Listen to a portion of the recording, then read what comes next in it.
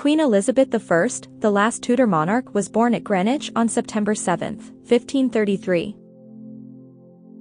She was the daughter of Henry VIII and his second wife, Anne Boleyn.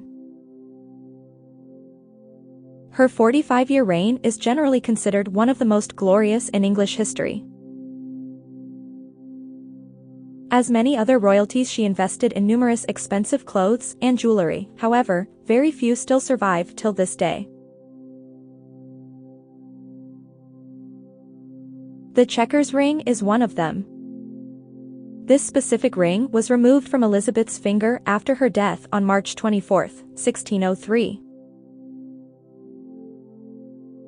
According to legend, Robert Carey, Elizabeth's maternal relative, took the ring from her finger when she died at Richmond Palace and took it to James I in Scotland as a token of her death. Her jewellery collection was soon dispersed by the new king and queen, James I and Anne of Denmark. James I presented the ring to Alexander Home, 1st Earl of Home, and it descended through the Home family until it was acquired by Arthur Lee, 1st Viscount Lee of Fareham. When Lee presented his country house at Chequers and his collection to the British nation, the ring was part of the collection. It is still housed at Chequers and is now commonly known as the chequers ring.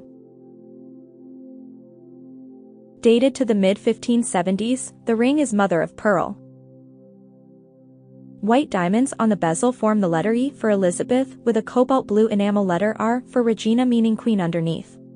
More rubies surround the letters, along with a pearl. The back of the bezel is decorated with an enamel phoenix. The bezel is hinged to form a locket. Two women are depicted in the secret compartment. Elizabeth is the older one, portrayed in an enamel cameo on the leaf of the jewel inset with a ruby.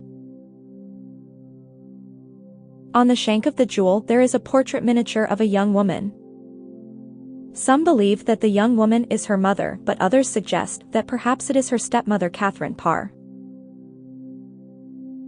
The portrait of her mother seems a more logical assumption, since Elizabeth chose to have the ring till her final moments. Elizabeth was not even 3 years old when her mother died. As queen, it was very difficult for her to express her sorrow for her mother's loss, as she had caused such political and religious turmoil. Therefore, having a portrait of and within a locket ring, for only her to see, seems like the perfect way to privately honor her mother.